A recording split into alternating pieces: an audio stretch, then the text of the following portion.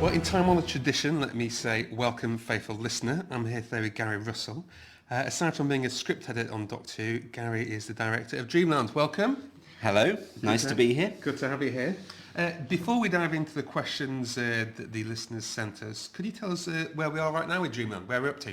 We're at the stage, in fact, yesterday I was sitting in this very room that we're sat in at the moment, watching early runs of episodes 5 and 6, and seeing it all come to an end and going, oh, that's it. It's over. It's finished. It feels really sad.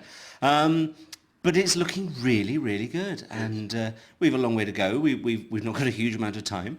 But the last couple of episodes are coming together, and I think it's going to be magnificent. I think it's going to blow everyone away. It does seem nice that after all this time talking about it, when people, as you're saying, in this very room get to see it, their kind of jaws drop and they're like, right, so this is why we spent a year on it. I think, yes, being animation, it takes a very long time to do. And I think when we first started talking about it to people, no one really quite imagined how it was going to look, how it was going to... And I think myself and Phil Ford, the writer, and Anwin and Matt here in BBC New Media, we all had a vision for it, and it was a case of going out and selling that vision to everyone else and saying, this is what we wanted. We don't want it to look like traditional two-dimensional animation. Actually, that's a good point to jump in, because the first question I have actually is from Alfie, Thomas, Mark and Sarah.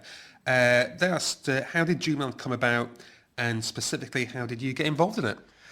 It came about because we'd had success a couple of years ago with our previous animation, which was called The Infinite Quest. And we'd all sat around and talked about that and said we liked it, what would we do better? Because the idea of doing something again, the idea of doing something a second time is always to try and be better. Yeah. There's no point in standing still, especially with something like Doctor Who, which is always about going forward and being exciting and investigating new ways of doing things. So we thought we'll apply that to doing an animation as well.